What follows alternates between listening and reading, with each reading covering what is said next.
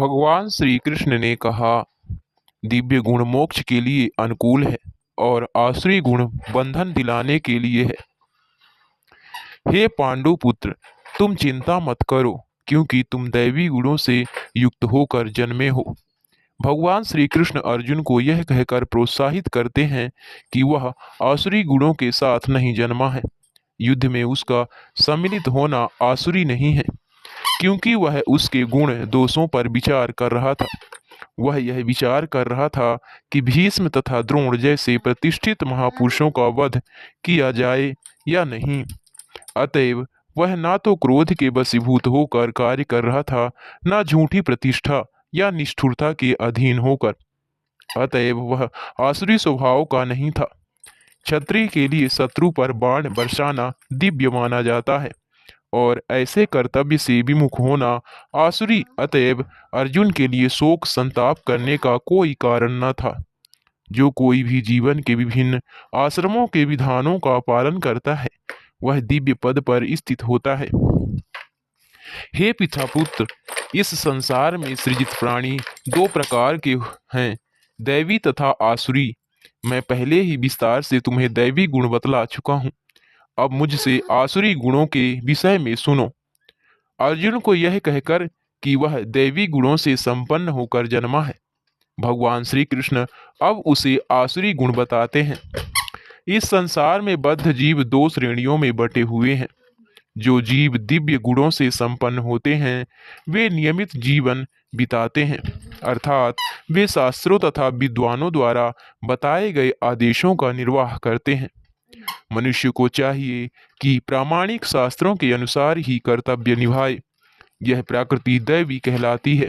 तो शास्त्र विहित विधानों को नहीं मानता और अपनी सनक के अनुसार कार्य करता रहता है, वह आसुरी कहलाता है। शास्त्र के विधि विधानों के प्रति ज्ञा आज्ञा भाव ही एकमात्र कसौटी है, अन्य नहीं। वैदिक साहित्य में उल्लेख है कि देवता तथा असुर दोनों ही प्रजापति से उत्पन्न हुए। अंतर इतना ही है कि एक श्रेणी के लोग वैदिक आदेशों को मानते हैं और दूसरे नहीं मानते। जो आसुरी हैं, वे यह नहीं जानते कि क्या करना चाहिए और क्या नहीं करना चाहिए। उनमें ना तो पवित्रता, ना उचित आचरण और ना ही सत्य पाया जाता है। प्रत्येक सभ्य मानव समाज में कुछ आचार संहिताएं होती हैं, जिनका प्रारंभ से पालन करना होता है। विशेषतया आर्यगण जो वैदिक सभ्यता को मानते हैं और अत्यंत सभ्य माने जाते हैं, इनका पालन करते हैं, किंतु जो शास्त्रीय आदेशों को नहीं मानते, वे असुर समझे जाते हैं। इसीलिए यहाँ पर कहा गया है कि असुरगण ना तो शास्त्रीय नियमों को जानते हैं, ना उनमें उनके पालन करने की प्रवृत्ति पाई जाती है। इनमें से अधिकांश इन नियमों को नहीं जानते, और जो थोड़े से लोग जानते भी हैं, उनमें इनके पालन करने की प्रवृत्ति नहीं होती। उन्हें ना तो वैदिक आदेशों में कोई श्रद्धा होती है, ना ही वे उसके अनुसार कार्य करने के इच्छुक होते हैं। असुरगण ना तो बाहर से ना भीतर से स्वच्छ होते हैं। मनुष्य को चाहिए कि स्नान करके, दंत मंजन करके, बाल बनाकर, वस्त्र बदलकर शरीर को स्वच्छ रखे। जहाँ तक आंतरिक स्वच्छता की बात है, मनुष्य को चाहिए कि वह सदैव ईश्वर पवित्र के नामों का स्मरण करें और हरे कृष्ण महामंत्र का कीर्तन करें। असुरगण बाह्य तथा आंतरिक स्वच्छता के इन नियमों को ना तो चाहते हैं, ना इनका पालन ही करते हैं। जहाँ तक आचरण की बात है, मानव आचरण का मार्गदर्शन करने वाले अनेक विधि विधान हैं। जैसे मनु संहिता में जो मानव जाति का अधिनियम है, यहाँ तक कि आज भी सारे हिंदू मनु संहिता का ही अनुगमन करते हैं। इसी ग्रंथ से उत्तराधिकार तथा अन्य विधि संबंधी बातें ग्रहण की जाती हैं। मनु संहिता में स्पष्ट कहा गया है कि स्त्री को स्वतंत्रता ना प्रदान की जाए। इसका अर्थ यह नहीं होता कि स्त्रियों को दासी बनाकर रखा जाए। वे तो बालकों के समान हैं, बालकों को स्वतंत्रता नहीं दी जाती। लेकिन इसका यह अर्थ नहीं है कि वे दास बनाकर रखे जाते हैं। लेकिन असुरों ने ऐसे आदेशों की उपेक्षा कर दी है और वे सोचते हैं कि स्त्रियों को पुरुषों के समान ही स्वतंत्रता प्रदान की जाए। लेकिन इससे संसार की सामाजिक स्थिति में सुधार नहीं हुआ। वास्तव में स्त्री को जीवन की प्रत्येक अवस्था में सुरक्षा प्रदान की जानी चाहिए। उसके बाल्यकाल में पिता द्वारा संरक्षण प्रदान किया जाना चाहिए, तारुण्य में पति द्वारा और बुढ़ापे में बड़े पुत्रों द्वारा। मनु संहिता के अनुसार यही उचित सामाजिक आचरण है। लेकिन आधुनिक शिक्षा ने नारी जीवन का एक अतिरंजित अहंकार पूर्ण बोध उत्पन्न कर दिया है। अतएव अब विवाह के एक कल्पना बन चुका है। स्त्री की नैतिक स्थिति भी अब बहुत अच्छी नहीं रह गई है। अतएव असुरगण कोई ऐसा उपदेश ग्रहण नहीं करते जो समाज के लिए अच्छा हो, क्योंकि वे महर्षियों के अनुभवों तथा उनके द्वारा निर्धारित विधि विधानों का पालन नहीं करते। अतएव आसुरी लोगों की सामाजिक स्थिति अत्यंत शोचनीय है। वे कहते हैं कि यह जगत मिथ्या है, इसका कोई आधार नहीं है और इसका नियमन किसी ईश्वर द्वारा नहीं होता। उनका कहना है कि यह कामेच्छा से उत्पन्न होता है और काम के अतिरिक्त कोई अन्य कारण नहीं है। आसुरी लोग यह निष्कर्ष निकालते हैं कि यह जगत माया जाल है, इसका ना कोई कारण है, ना कार्य, ना नियामक, ना कोई प्रयोजन, हर वस्तु मिथ्या है। उनका कहना है कि यह दृश्य जगत आकस्मिक भौतिक क्रियाओं तथा प्रतिक्रियाओं के कारण है। वे यह नहीं सोचते कि ईश्वर ने किसी प्रयोजन से इस संसार की रचना की है। उनका अपना सिद्धांत है कि यह संसार अपने आप उत्पन्न हुआ है और यह विश्वास करने को कोई कारण नहीं है कि उसके पीछे किसी ईश्वर का हाथ है।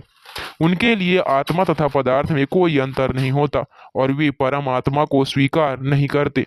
उनके लिए हर वस्तु पदार्थ मात्र है और यह पूरा जगत मानो अज्ञान का पिंड हो। उनके अनुसार प्रत्येक वस्तु शून्य है और जो भी सृष्टि दिखती है वह केवल दृष्टि भ्रम के कारण है। वे इसे सच मान बैठते हैं कि विभिन्नता से पूर्ण यह सारी सृष्टि अज्ञान का प्रदर्शन है। जिस प्रकार स्वप्न में हम ऐसी अनेक वस्तुओं की सृष्टि कर सकते हैं जिनका वास्तव में कोई अस्तित्व नहीं होता। अतएव जब हम जाग जाते हैं तो देखते हैं कि सब कुछ स्वप्न मात्र था। लेकिन वास्तव में यद्यपि असुर यह कहते हैं कि जीवन स्वप्न है, लेकिन वे इस स्वप्न को भोगने में बड़े कुशल होते हैं। अतएव वे अज्ञान जन करने के बजाय अपने स्वप्न लोक में अधिकाधिक उलझ जाते हैं। उनकी मान्यता है कि जिस प्रकार शिशु केवल स्त्री पुरुष के संभोग का फल है, उसी तरह यह संसार बिना किसी आत्मा के उत्पन्न हुआ है। उनके लिए यह पदार्थ का संयोग मात्र है जिसने जीवों को उत्पन्न किया। अतएव आत्मा के अस्तित्व का प्रश्न ही नहीं उठता। जिस प्रकार अनेक जीवित प्राणी अकारण पसीने ही से तथा मृत शरीर से उत्पन्न हो जाते हैं, उसी प्रकार यह सारा जीवित संसार दृश्य जगत के भौतिक संयोगों से प्रकट हुआ है।